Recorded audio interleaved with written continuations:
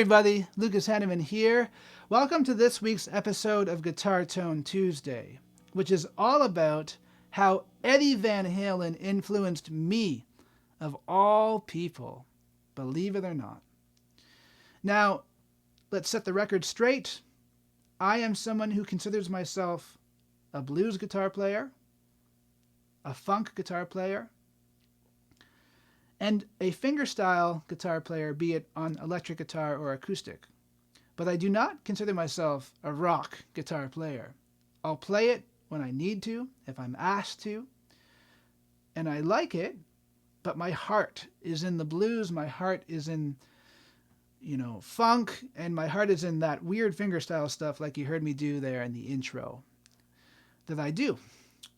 But Eddie Van Halen did influence me when I was a younger guitar player. I had a rock phase when I was grade 6, grade 7, even before that, probably grade 5. I started playing guitar when I was 6, and I had explored quite a few styles of music before I decided to go study jazz at university.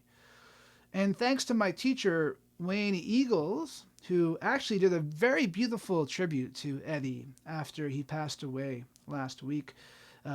Wayne did a really nice thing on CBC Radio the following morning. I don't know if you guys caught that, but it was really great. So good on you, Wayne, for doing that. But Wayne taught me a lot of the Eddie Van Halen stuff. I mean, he taught me all the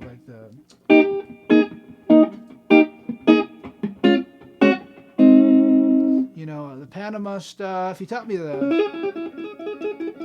tapping stuff, which I'm not even going to try right now because I'm so out of practice on that stuff. But he taught me that, and one of the things I loved about Eddie Van Halen so much was his rhythm guitar playing. To me, he was just able to play a groove, a solid eighth note groove, and really hold it down. And just keep that train rolling,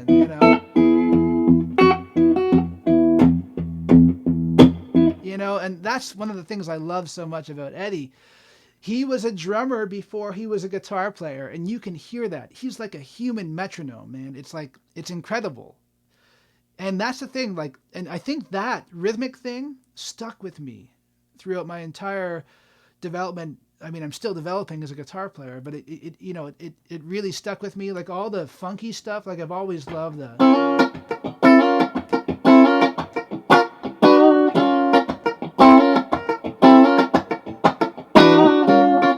the James Brown type thing, and all those fat back guitar players playing all that cool stuff.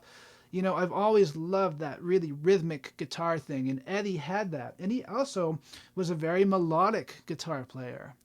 Very inventive, very melodic. So that always stuck with me. But one particular memory sticks out to me in terms of making me want to be a performer. I had actually just purchased this specific guitar off of Wayne Eagles when I was 12 years old.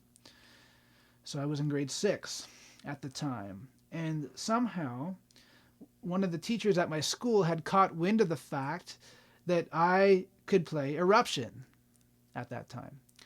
And they said, "Oh man, Lucas, you got to perform this for the school." So I remember one day I had this amp on stage. They had this assembly for the grade 5s and grade 6s where they basically said, come on, bring your lunch. It's during lunch hour. Bring your lunch, and instead of going outside, come on to the gymnasium and watch Lucas play some stuff. And so they had the grade 5s and the grade 6s there. And I had this cranked up amp on stage and this guitar right here.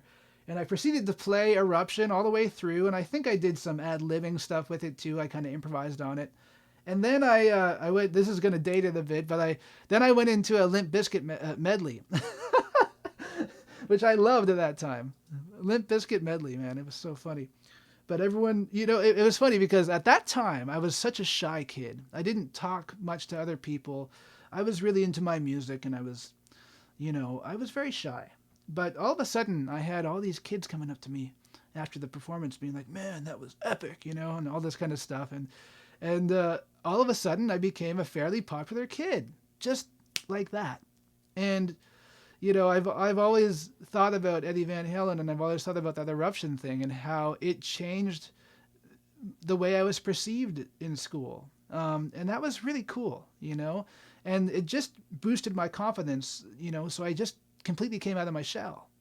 So that one performance really led to a lifetime of performing, and what I'm so happy to do now.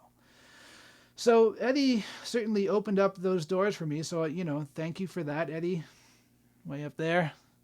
I really appreciate that, man. And last but not least, after Eddie passed away last week, I went online just like everybody else, and I started to revisit all that Van Halen stuff that I loved so much when I was a kid.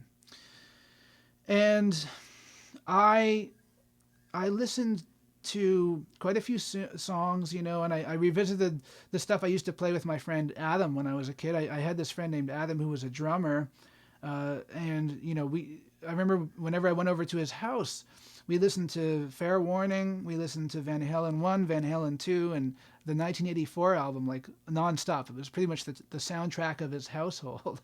So that was really cool. And that was my first band with this guy, this drummer. But anyways, last Tuesday, after Eddie passed away, I found this interview, and Eddie was in his home studio sometime around 1998, and he was talking about this Frankenstein guitar, and he was talking about some of the demos he recorded there, demo after demo after demo. I mean, this guy was a true musician's musician, man, like always working on stuff. But anyways, he was talking about the fact that in music there are no rules, and if people think there are rules, the rules are made to be broken, and that's something that I completely relate to.